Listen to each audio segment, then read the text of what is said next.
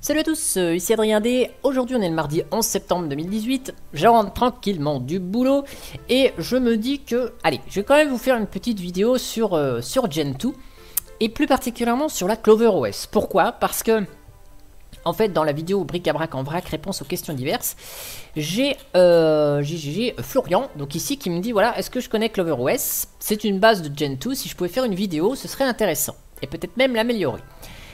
Donc je lui ai dit ouais, j'ai déjà l'ISO, il n'y a plus qu'à. Donc j'avais téléchargé l'ISO il y a un petit moment. Donc CloverOS c'est quoi? C'est une distribution Linux qui est basée sur une minimal Gen 2, qui est facile à utiliser. Alors j'aurais plutôt dire easy to install. Les paquets, il y a des paquets binaires qui sont là. On a FWM comme gestionnaire de fenêtres, DHCP-CD, WAP supplicant par défaut. Et donc il y a une option pour installer ou charger n'importe quel environnement de bureau depuis Bash Profile. Bash Profile, d'accord. Système D et Pulse Audio ne sont pas inclus. Ok. Donc, ça me semble un petit peu bizarre. J'avais récupéré donc une image ISO de la CloverOS il y a un petit moment déjà, début du mois d'août. Après mes vacances. Et donc là, je l'ai chargé dans la machine virtuelle juste avant... Voilà, de faire cette vidéo, donc CloverOS, qui date donc du 13 août 2018. Voilà. L'image ISO, elle fait 1 Go 2, donc c'est un bon gros bébé. Et donc je démarre la CloverOS. Donc ici, classique, le grub de Gen 2. Il va nous demander, donc j'avais fait quelques tests, hein, mais sans encore m'attarder pour faire une vidéo. Vous voyez ici qu'il charge un certain nombre de modules. Il demande le clavier, donc 16, comme d'hab chez Gen 2. Le clavier français, c'est 16. Donc vous voyez OpenRC qui est en action. Donc on a du OpenRC. Parfait. Ça démarre. Et... tada. Nous voici sur l'environnement de bureau. Enfin le FWM. On a directement l'installateur qui se met en route. Donc ici on va juste Xrender. Xrender. Et voilà. Donc quand on essaie de faire un Xrender, non. Xrender. XR. X, donc je vais me mettre en 1440 par 900, histoire que vous voyez quelque chose. Voilà, que ce soit un tout petit peu plus grand. Je vais mettre en plein écran, voilà. Donc le clavier ici n'est pas mémorisé en AZERTY. Quel dommage. Si je passe... Alors, ça a dû couper l'enregistrement, hop. Donc je ne peux pas passer en TTY, ça me fait passer mon PC en TTY. Alors j'ai Blabla Linux qui m'a dit c'était contrôle droite, mais j'arrive pas à passer en TTY, c'est pas grave. Donc partitionnement auto, SDA, c'est correct. Root password, regardez, là il y a déjà un truc que je kiffe pas, c'est qu'on voit le mot de passe route en clair. J'aime pas du tout. Donc Adrien, yes. Et donc vous voyez que le script d'installation de la CloverOS ne fait ni plus ni moins que quoi? Que de décompacter, donc de faire une partition sur le disque, où il y a tout dedans. Et il décompresse l'image ISO. Bon, pourquoi pas. Aucune demande donc de personnalisation du clavier, donc il est fort probable qu'on se retrouve avec... Enfin, je vous dis il est fort probable, mais... Vu que je l'ai déjà testé au mois d'août, je sais très bien la réponse, c'est qu'on va être en anglais à la fin. Donc je vais vous montrer le truc. Comment tout remettre en français, mais vous allez voir que finalement, quand on veut installer une Gen 2, ne prenez pas CloverOS ou l'autre outil, je sais plus comment c'était... NeoDream qui m'avait demandé de tester, je crois. Je sais plus comment il s'appelait, l'ISO que j'avais fait. Attendez, que j'avais testé sur Gen 2, pareil. Je l'ai fait il n'y a pas très longtemps. Bug... MX... Tac. Xgent, voilà, Xgent. Donc là, c'était un flop. Donc ici, bon vous avez pas vu mais le script il fait des grub install machin tout seul et donc il redémarre sur le système installé.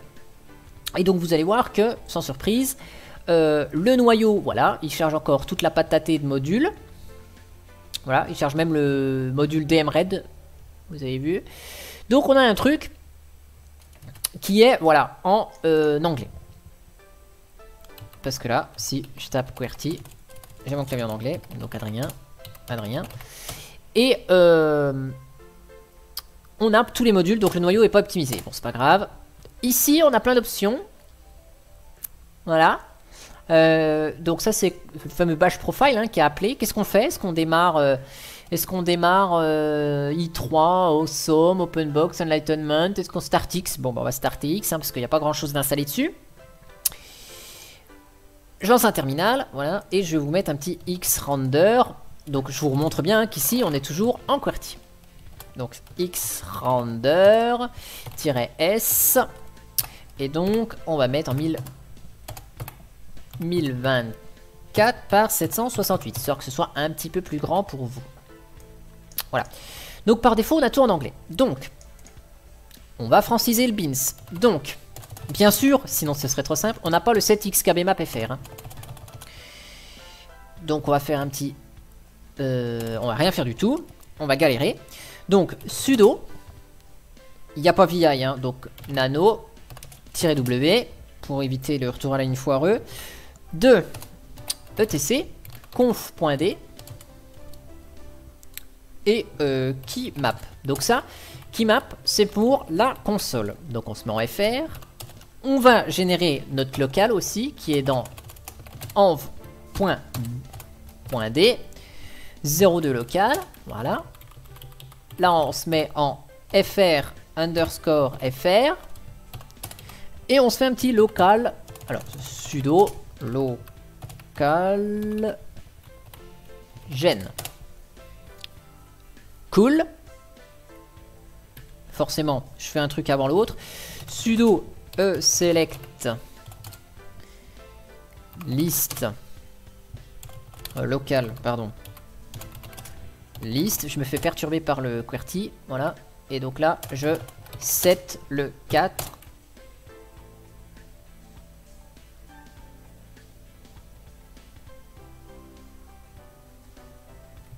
J'ai fait une connerie. Ben non, parce que c'est pas là en fait qui est le problème.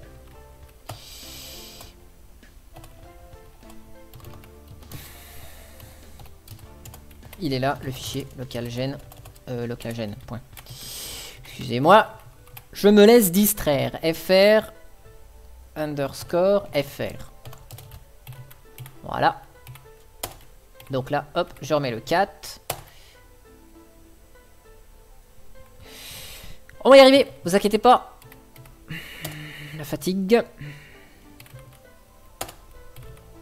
Voilà, et là, je redéfinis avec 3 pour être sûr. Voilà. Donc je recharge le profil, je me casse pas la tête, je relance le terminal. Parfait. Donc ensuite, si je fais un reboot, regardez, vous avez vu, on n'a quand même pas de mot de passe à sudo. Donc vous allez voir que déjà, en faisant un sudo reboot, j'ouvre mon terminal parce que vous allez voir que tout ne va pas fonctionner comme il faut.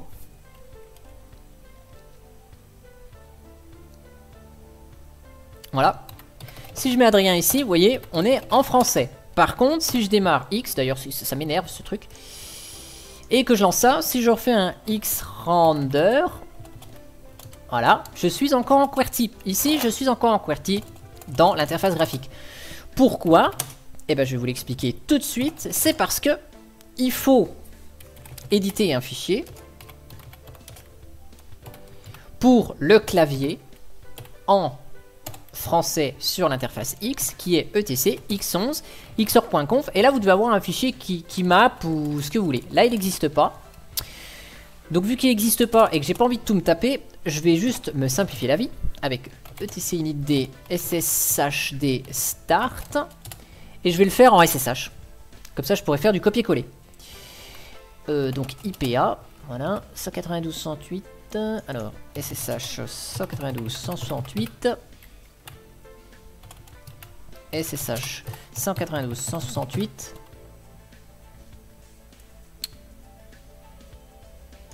.137.144.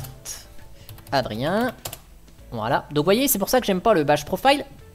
parce que vous voyez ici, il le lit, et donc forcément, vu que je ne suis pas dans une session X, il essaye de me lancer un serveur X, sachant que je me connecte en SSH. Donc ça, déjà, le bash profil, mv.bash profile en bash profile.hold. Allez hop, à dégager, ça m'énerve. Ensuite, donc on va aller sur l'excellent site Linuxtrix parce qu'au moins je sais où est le truc. Dans le tuto, installer un environnement de bureau sur Gentoo. Voilà, clavier français. Et donc on va mettre ça. On va même pas se casser la tête. Peu importe hein, le nom du fichier, il n'a pas d'importance. Vous pouvez l'appeler cacaboudin.conf. Du moment que vous l'appelez .conf à la fin, c'est le principal. Voilà. Ici, c'est ça qui est important. XKB Liot FR. Je vérifie, ouais, c'est bon. Et si je fais un sudo reboot, vous allez voir que cette fois-ci, une fois que je serai connecté dans la machine virtuelle, magnifique, on aura le clavier en français. Donc déjà, on installe CloverOS, mais on n'a aucune traduction, aucune localisation en français. Voilà. Donc là, forcément, on a viré le bash profil, donc on va faire un startx à la main.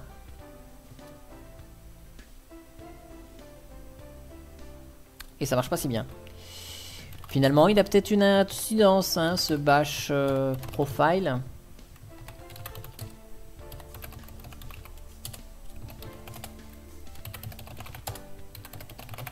On va le laisser. Hein. Finalement, il démarre un petit peu mieux quand même le serveur X que StartX. Voilà.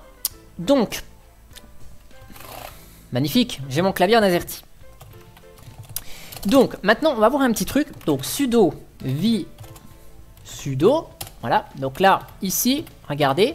Hallucinant. Will all no password all. Donc déjà, par défaut, on ne demande pas le mot de passe à root. Enfin, le mot de passe de l'utilisateur pour se connecter avec sudo. Je trouve ça nul. Même si j'utilise pas beaucoup sudo, on utilise sudo avec un mot de passe, mais pas comme ça. Voilà. Sudo echo coucou. Là, il nous demande notre mot de passe. Et là, ça marche. Ensuite, si je lance Firefox, par exemple. Juste un petit exemple. Il est disponible dans le menu, hein, mais... Il est en anglais. Firefox est en anglais. Si on fait une petite vérif de ce qu'on a de beau. Dans le système...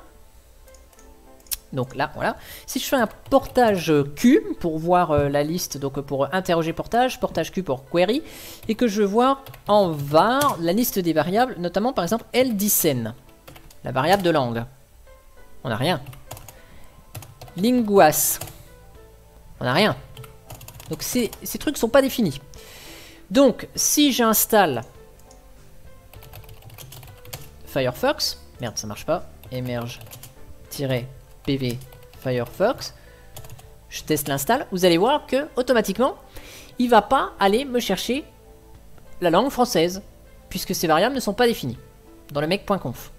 Donc je vais laisser ça chercher. Aussi make OPTS. Ici qu'est-ce qu'on a? On a J8. Donc on a J8. Ça veut dire que si on compile un truc, on va avoir 8 jobs. 8 jobs. J'ai un double cœur. J'ai mis 2 cœurs. On le voit pas là. Top. 0. Non, c'est pas 0, c'est... Merde, je sais plus la commande. Voilà. Pour voir CPU1, enfin CPU0, CPU1. J'ai mis 2 cœurs. Et là, on a un J8. Donc déjà, le make.conf, il est pas tip top optimisé. Parce qu'on n'a pas tous un quad-core, enfin, avec 8 threads. Hein. Bon. C'est pas top. Si on fait un sudo emerge htop, bon, là, Adrien, vous allez voir que cette fois-ci, pas de problème. Il va nous installer htop. Et pour notre bonheur, on a nos fameux binaires, hein, puisque CloverOS, ils ont dit qu'on avait des binaires. On a des binaires. Je vais juste mettre en 1024 par 700 68. Voilà, c'est un peu plus grand. Donc voilà, on a notre htop qui va être là, qui va être installé et fonctionnel.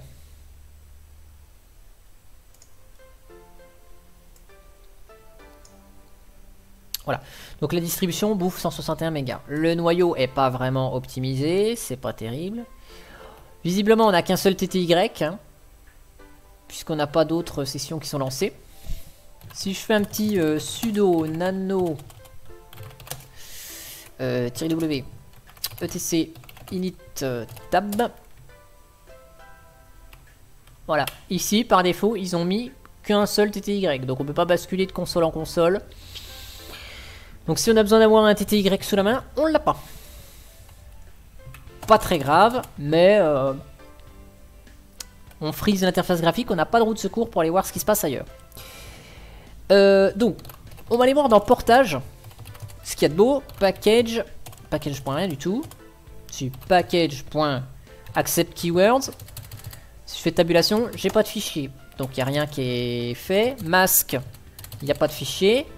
Unmask, il n'existe pas. Use, il n'y a pas de fichier. Donc, par défaut, le profil est clean et il n'est pas bidouillé. Donc, dans le mec.conf, voilà, donc ces flags O2 pipe, on peut rajouter march égale native, un truc comme ça. Donc c'est pas utilisé ici. Bon, ça casse pas non plus trois pattes à un canard. LC message C. Ah, ok. Donc ici on a les C flags. Bon, on a des optimisations. Je critique pas ça. Je m'y connais pas assez pour le proposer. Ici, MECOPTS, donc c'est notre fameux J8. Eh ben, on a 3. Enfin, on a 2 cœurs. Donc 2 plus 1, 3. Portage NASS 19, pourquoi pas. Emerge default OPTS, keep going. Auto unmask right, yes. Ouais. On auto démasque, pourquoi pas. Jobs 4. Ça veut dire qu'il va faire les paquets 4 par 4. Sachant qu'on a 2 CPU dans notre cas. C'est peut-être un peu juste. Enfin, c'est peut-être, je veux dire, un peu trop. Je vais les laisser comme ça. Ici, portage bin host, donc on a CloverOS, d'accord, donc c'est le répertoire, enfin, le serveur binaire, parfait.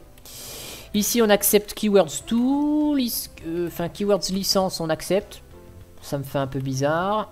Et puis fetch commande HTTPS, donc là il y a des options, je les critique pas, peu importe. On n'a pas d'outil style EX, donc je vais faire un petit sudo emerge EX, voilà. Histoire de faire quelques recherches pour voir les noyaux disponibles, etc. Vous voyez ici que quand on lance des commandes, c'est ZSH qui est appelé. Mais pourtant, on a le profil bash. Bash profile qui est utilisé. Si je fais un getInt, merde, dans celui-là de terminal. GetInt pass WD. Ici, vous voyez, Adrien, il a pourtant bin bash. Donc on appelle ZSH, mais on a bash par défaut. Il y a des choses un peu bizarres, donc il faut croire que le terminal est appelé appelle ZSH, mais on a notre shell par défaut, c'est bash. Tout ce haut, hein, mais bon, EX, alors sudo EX5, je vais faire la mise à jour, voilà. Dans les outils quand même, je vais en parler des outils.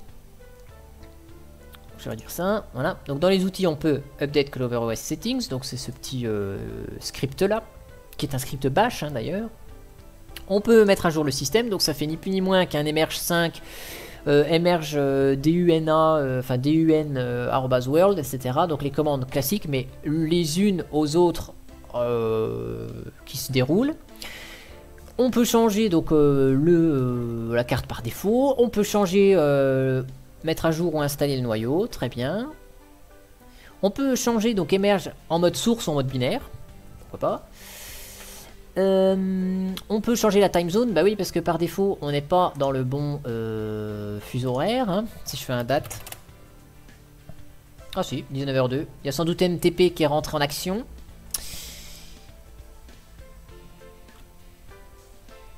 Mais à mon avis le fuseau horaire n'est pas bon. On peut le changer ici. Alors si on essaie de le changer, regardez quand même ce qui se passe. Waouh, on a intérêt de le connaître le time zone, dis donc. Donc là je le vois ici, puis là, je l'ai vu, Europe Paris. Sinon on va l'écrire, Europe/Paris. Mais on peut le faire à la bonne vieille franquette. Hein. Donc vous voyez ici, il me demande le password.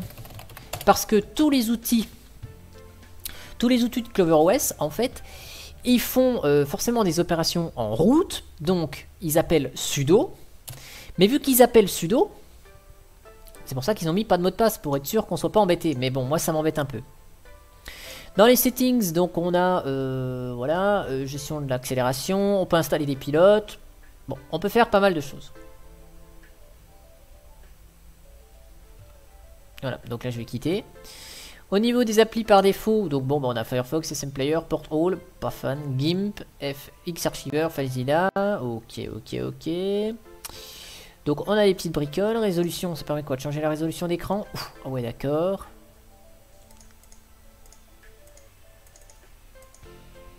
Je connais pas cet outil. Ah génial. Alors, hop. Est-ce que ça marche? Oui, ça marche. Vous voyez ici on l'a en français quand même, donc il y a des petites choses un peu bizarres. Voilà. Au niveau du partitionnement. Donc j'ai encore deux trucs à voir avec vous. C'est le partitionnement et le profil utilisé. Et quelques logiciels. Donc, ça n'a pas l'air de vouloir fonctionner. Donc sudo cfdisk. On va faire ça. Voilà. Donc il nous a fait une seule partition. Tout dedans. Blam! Il se casse pas la tête. Free-m. On n'a pas de swap. Donc on se fait plaisir. Sudo nano etc fstab. Donc là au niveau du fstab, eh ben, il n'est pas rempli le fstab. Donc c'est très bien. Il doit inventer la partition racine, je sais pas trop comment. Peut-être grâce au initramfs. Donc on voit que c'est genkernel qui est utilisé pour générer le noyau. C'est pour ça qu'on a un noyau à mon avis aussi obèse. Et un initramfs. Voilà. Et donc, encore deux petits trucs à voir avec vous. C'est la première chose, quel profil est utilisé.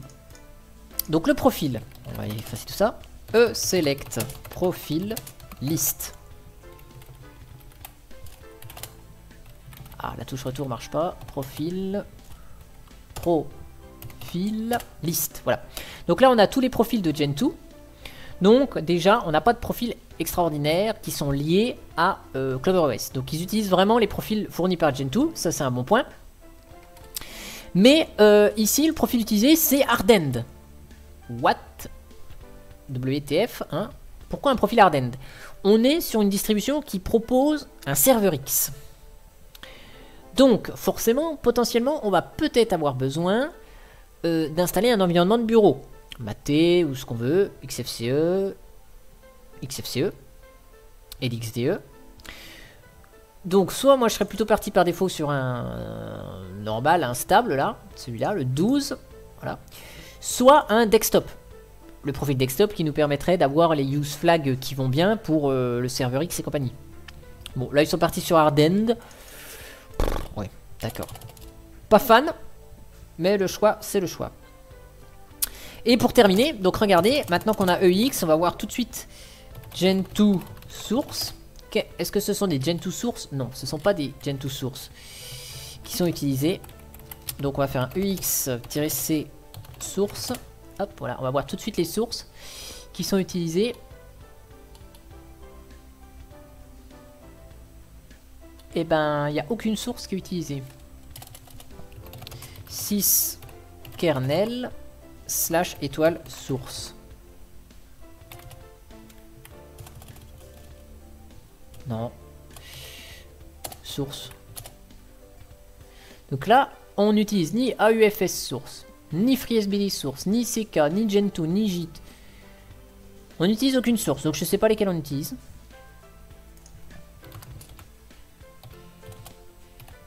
Si on va dans USR, SRC. On n'a rien dans USR, SRC. Donc je sais pas d'où vient le noyau. C'est pas un noyau de Gentoo. Et donc regardez, si on fait un petit par exemple EX GQRX, tiens. Vous vous rappelez GQRX, j'en ai parlé. Et vous voyez, ici il est noté comme étant stable. La version 2.11.5. Et même la version 9.9.9 elle est notée comme stable. Waouh! Ils ont tout démasqué. G, Q, R, X. Ils ont tout démasqué par défaut. Et oui, c'est ce qu'on a vu dans le make.conf. Accept keywords, étoile. Ouais. G, Q, R, X. En plus, il me le trouve pas.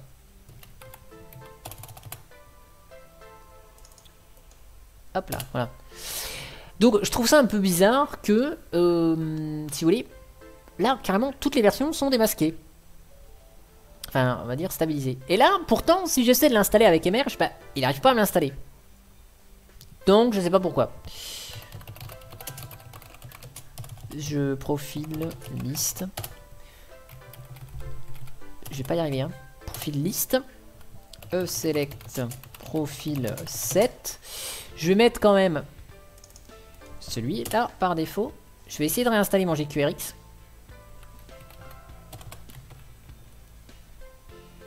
Évidemment. Sudo. Est-ce que je peux réinstaller mon GQRX? C'est peut-être lié au fameux profil Arden, parce que je sais que Arden c'est un truc un peu sécurisé. Donc je sais pas s'il y a une incidence là-dessus. Non. Donc je ne peux... On voit que GQRX est disponible, mais on ne peut pas l'installer. Alors est-ce que c'est parce que c'est un fichier... enfin un paquet qui par défaut n'est pas noté comme stable? Htop, on a pu l'installer, mais c'était un binaire. Donc est-ce qu'on peut éventuellement ne pas installer un paquet? Est-ce qu'on peut ne pas installer un paquet parce que il n'est pas binaire? Sudo nano-w etc portage make.conf. On va faire la démo tout de suite.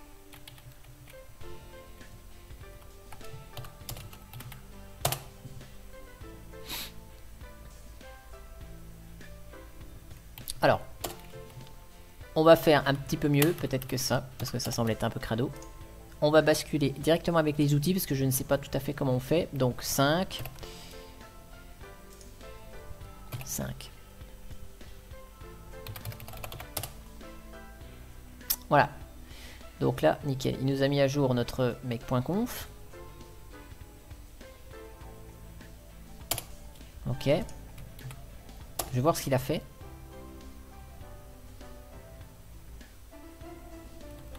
Alors, il a viré ça. Attendez, laissez-moi deviner. En fait, quand on a les miroirs binaires, il accepte tout. Et quand on n'a pas les miroirs binaires, il accepte pas tout. Ah, voilà, là on est d'accord. GQRX. Voilà, là on retrouve un truc normal. Donc voilà, si on a par défaut les merges binaires, on ne peut, donc les paquets binaires, on ne peut pas installer des applications qui ne sont pas disponibles en tant que binaires, et on a des choses un peu bizarroïdes qui nous sont présentées. Là où Redcore va permettre d'installer, s'il n'y a pas de binaire, des fichiers à compiler, tout comme Calculate. Donc, pour conclure sur cette CloverOS, l'idée du projet est bien, mais à la fin de l'installation, même si on spécifie au démarrage qu'on veut du français, on n'a pas de français. Ça, c'est sans doute aussi lié à l'absence du paquet 7 xkbmap. Voilà, le paquet n'est pas installé ici. 7xkbmap. Donc 7xkbmap il n'est pas installé. Donc à mon avis, c'est lui qui fait le switch de la langue. C'est pour ça qu'il est absent du live CD. Une fois qu'on installe, on a tout en anglais, donc il faut se taper ces locales à la main. Le fichier make.conf, il est quand même rapidement à revoir parce que le paramétrage par défaut, bah, il faut adapter avec vos cœurs, etc. Vous devez ajouter les ldisen et linguas, variables ldisen et linguas pour avoir les paquets en français. Par défaut, vous ne pouvez pas installer des paquets from source si vous êtes en mode binaire selon CloverOS. Par défaut, le profil c'est Ardend. Je suis pas fan. Le bash profile bidouillé comme ça, je trouve pas ça très propre. Sudo qui demande aucun mot de passe, je trouve pas ça très propre. Donc on est, j'ai compté sur mes doigts, on est à 8 éléments qui font, si je les ai bien comptés, et que j'en ai pas oublié en actionnant mes doigts au moment où je les listais, on est à 8 éléments qui me font dire que CloverOS n'est pas encore au point, et que si vous voulez installer une Gen 2, et que vous voulez fonctionner avec une Gen 2, vous installez Gen 2 avec le handbook ou éventuellement mon tuto d'installation simplifié. Ça, c'est la première solution. Deuxième solution, vous voulez une Gen 2 avec des paquets binaires. Eh bien, tournez-vous plutôt du côté de Redcore, qui avait l'air d'être pas mal quand même, ou Calculate Linux, forcément. Comment ne pas conseiller Calculate Linux? Mais en tout cas, CloverOS ne me semble pas une bonne solution pour apprendre Gen 2 et utiliser Gen 2 au premier abord. Et même moi qui manip dans Gen 2, j'en suis un peu déboussolé de voir ce genre de distribution qui ne semble pas vraiment à la hauteur de ce qu'on attend. Voilà, donc il est fort probable que Serge regarde cette vidéo et mette un petit commentaire qui va peut-être donner son avis. On risque, hein, puisque je vous rappelle que jeudi 13 à 20h, hein, il y a le C'est quoi qui dit spécial Gen 2, on va parler de Gen 2 et de tout ce qui s'ensuit, hein, poser vos questions, ce sera interactif. Et je pense qu'on va réémettre un avis sur CloverOS et des dérivés de Gen 2 viables. Mais pour moi, CloverOS n'est pas du tout une distribution qui a sa place dans les Gen 2 based, parce que il faut encore faire beaucoup d'adaptations. Donc Redcore, oui. Calculate, oui. CloverOS, non. Xgent, non. Et Sabayon, non plus. Donc pour moi, c'est Gen 2, Redcore, Calculate, ok, le reste, non. Voilà. Et CloverOS, donc voilà, la présentation, je l'ai faite, hein, comme demandé, mais je suis absolument pas fan de cette distribution, et voilà ce que je pouvais en dire. Néanmoins, même si j'émets un avis qui n'est pas très positif, j'espère que cette vidéo vous aura plu. Et puis, n'hésitez pas à mettre quelques commentaires et votre ressenti si vous aussi vous avez testé CloverOS. Sur ce, moi je vous donne rendez-vous jeudi pour le C'est quoi qui dit spécial Gen 2 à 20h. Et moi je vous dis à bientôt. Ciao ciao.